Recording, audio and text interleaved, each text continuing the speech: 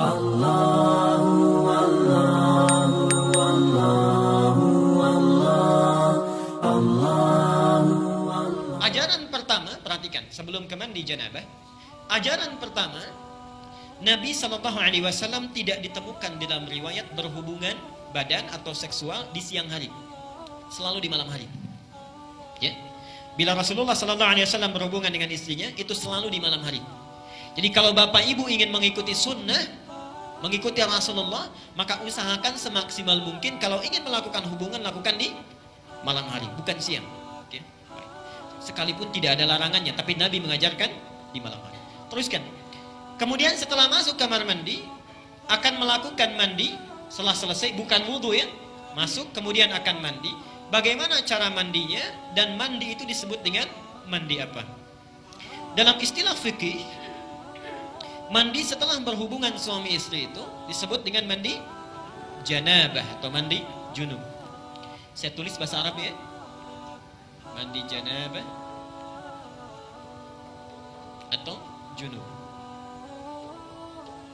Bukan janub tapi junub. Kalau janub itu artinya selatan, shimal utara. Kalau junub itu mandi yang dilakukan setelah berhubungan. Perhatikan, janabah atau junub itu terambil dari kata al-janbu, janabah.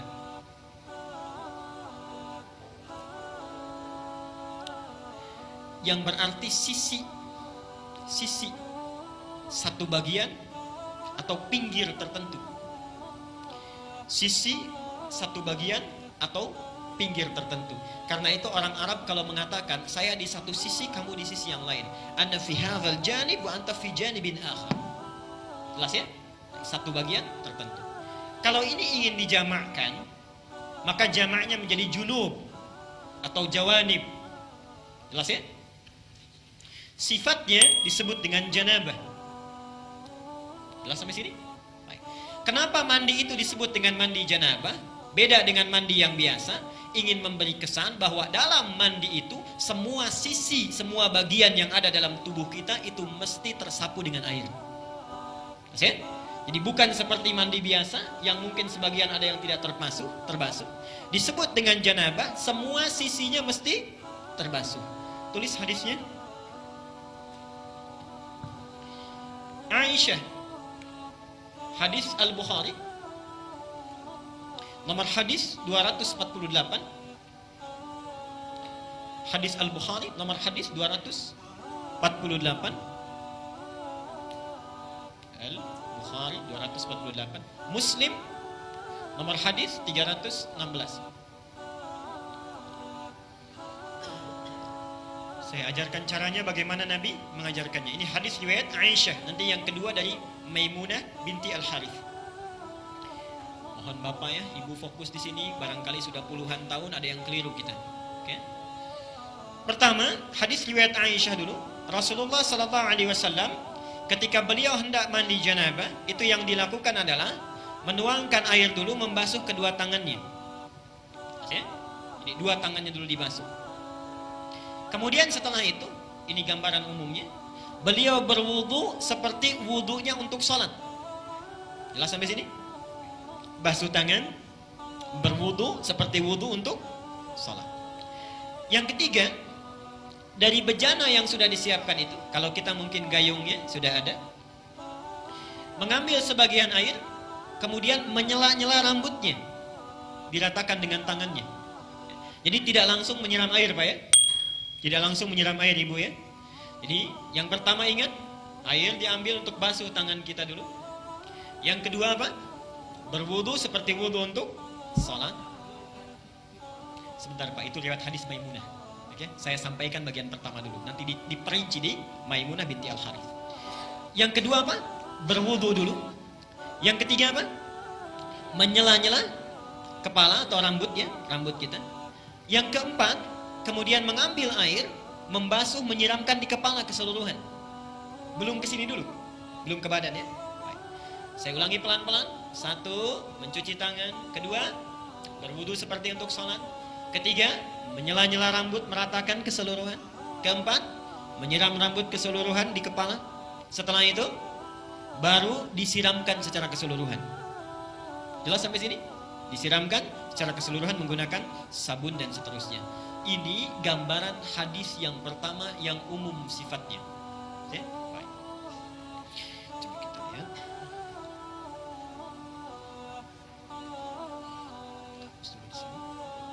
Sekarang kita lihat bagian yang kedua.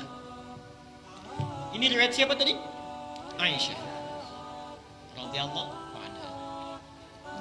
Sekarang Nabi SAW ketika tinggal di rumah Maimunah, kemudian setelah itu berhubungan dengan Maimunah binti Al-Harith, salah satu istri beliau. Kemudian Nabi SAW melakukan mandi janabat saat itu. Hadisnya diriwayatkan oleh Maimunah dari Abdullah bin Abbas. Abdullah bin Abbas di Al-Bukhari nomor hadis 265. Perhatikan. Sebentar, saya menyimpang dulu pelan-pelan. Ibu masih ingat Bapak kisah Ibnu Abbas itu? Anaknya usia berapa tahun? Baik. Silahkan cek pertemuan kita yang lalu, hadis Abu Daud nomor hadis 1365 itu ya. Ibnu Abbas dalam usia 4-5 tahun itu memaksa ingin tinggal di rumah bibinya Maimunah. Jadi Maimunah ini bibinya Ibnu Abbas. Tinggal di sana, ingin melihat bagaimana sifat bangunnya Nabi dari tidurnya sampai tahajud. Saya pernah terangkan ini ya. Ibnu Abbas memperhatikan itu berdiri di depan kamar Nabi, diperhatikan bagaimana kira-kira Nabi bangun tidurnya. Sampai kemudian tahajud, diajak beliau untuk menunaikan tahajud. Ternyata tidak berhenti sampai di situ. Kelak kemudian hari, Ibnu Abbas ini karena sungkan bertanya kepada Aisyah kan, kalau Maimunah itu bibinya, bertanya kepada Maimunah bagaimana caranya Nabi SAW bermandi janabah. Disinilah muncul bagian yang kedua yang lebih terperinci. Satu, kata Maimunah, Nabi SAW bila hendak beliau bermandi janabat, perhatikan, satu, mengambil air dengan tangannya, lalu kemudian mencuci kemaluannya dengan tangan kirinya.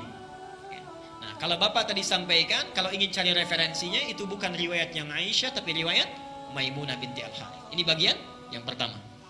Yang kedua, hampir mirip dengan yang tadi, menyela-nyela bagian rambutnya. Oke.